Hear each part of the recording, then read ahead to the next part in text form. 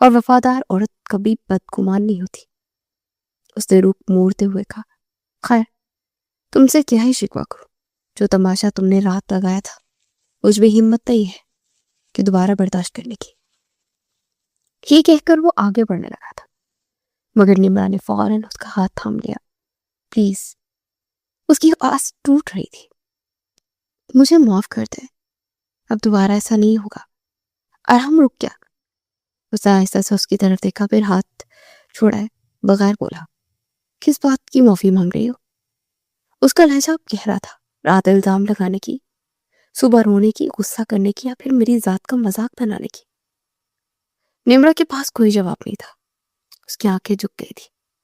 تم نے ہمارے رشتے کو بھی ایک تلوار کی طرح میری گردن پر لا کر کھڑا کر دیا، اور تمہیں صفائی دینے کے لیے مجھے سب کے سامنے اس لڑکی کی عزت کو بھی روننا پڑا۔ یہ الفاظ سن کر نمرا کے دل پر جیسے بوجھ اور بڑھ گیا۔ اس نے آہستہ سے کہا، شرمندہ ہوں۔ اس کی آواز بامشکل سنائی دے رہی تھی، مجھے معاف کر دے، آئندہ ایسا کبھی نہیں ہوگا۔ کہتے کہتے اس کی آواز بھر آئی، آنکھوں سے آنسو بہنے لگے۔ اچانک ارحم نے اس کا ہاتھ مضبوطی سے پکڑا اور ایک جھٹکے سے اسے اپنی طرف کھینچ لیا۔ نمرا اس کے سینے سے لگ گئی۔ خبردار، ارحم کی آواز سخت تھی، اگر اس میں عجیب سی شدت تھی۔ جو تم روئی؟ اس نے سر کے پیچھے ہاتھ رکھا، جیسے اسے تھامے ہوئے خبردار کر رہا ہو۔ جو تمہاری آنکھ سے آنسو نکلا گا۔ نمرا کی سسکیاں آہستہ آہستہ رکنے لگی، اس کے جسم کا تناؤ کم ہونے لگا۔ اسے آنکھیں بند کر لی تھی جب پہلی بار کسی نے اسے سنبھال لیا ہو۔ کمرے میں پھر سے خاموشی چھا گئی، مگر اس بار یہ خاموشی بھوجل نہیں تھی۔ ارحم نے اسے کچھ دیر اسی طرح تھامے رکھا جیسے وہ خود بھی اس لمحے کو محسوس کر رہا ہو۔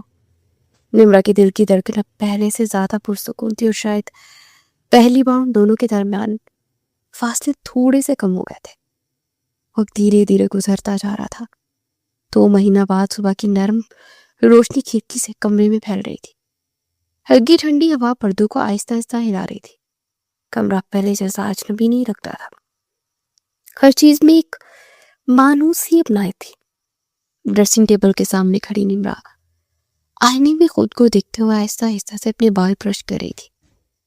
اس کے چہرے پر ایک پرسکون سی مسکراہٹ تھی جو شاید 2 مہینے پہلے کہیں کھو گئی تھی۔ اسی لیے میں واش روم کا دروازہ کھلا اور ارحم باہر آیا۔ اس نے ایک نظر نمرا پر ڈالی، آئینے میں اس کی مسکراہٹ صاف جھلک رہی تھی۔ نمرا نے اسے دیکھتے ہی ہلکی سی مسکراہٹ کے ساتھ پلٹ کر اس کی طرف دیکھا۔ ارحم نے بازو سینے پر باندھتے ہوئے ہلکے طنزی انداز میں کہا، ہاں پتہ ہے کیوں آ رہی ہے یہ مسکراہٹ؟ میڈم آج اپنے باوا سے ملنے جو جا رہی ہو؟ شور کا تو کوئی خیال نہیں ہے۔ نمرا ہنسی، اس کی ہنسی میں اب وہ ہلکی سی شرارت شامل تھی جو پہلے نہیں تھی۔ آپ کا ہی خیال ہے، اس لیے صرف ایک دن کے لیے جا رہی ہوں۔ ارحم اس کے قریب آیا، اس نے آہستہ سے اس کا ہاتھ تھاما اور اسے غور سے دیکھتے ہوئے بولا، تو بتائیں، آج اب شادی کو آپ کو 2 مہینے ہو گئے ہیں، کیا محسوس کر رہے ہیں؟ نمرا نے ایک لمحے کو اس کی آنکھوں میں دیکھا، پھر ہلکا سا مسکرا کر نظریں جھکا لی۔ میں خود کو زندگی کی سب سے خوش قسمت عورت سمجھ رہی ہوں۔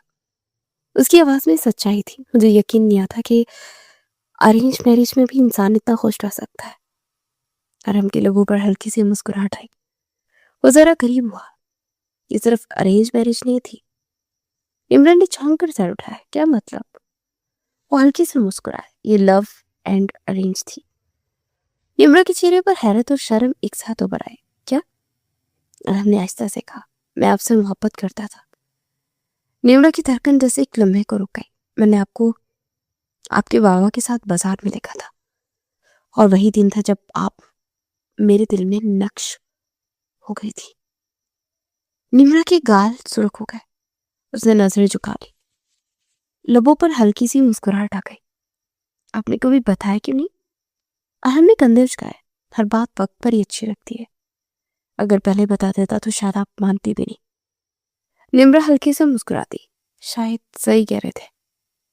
کمرے میں ایک نرم سی خاموشی پھیل گئی، مگر یہ خاموشی بے سکون نہیں تھی، بلکہ ایک اطمینان سے بھری ہوئی تھی۔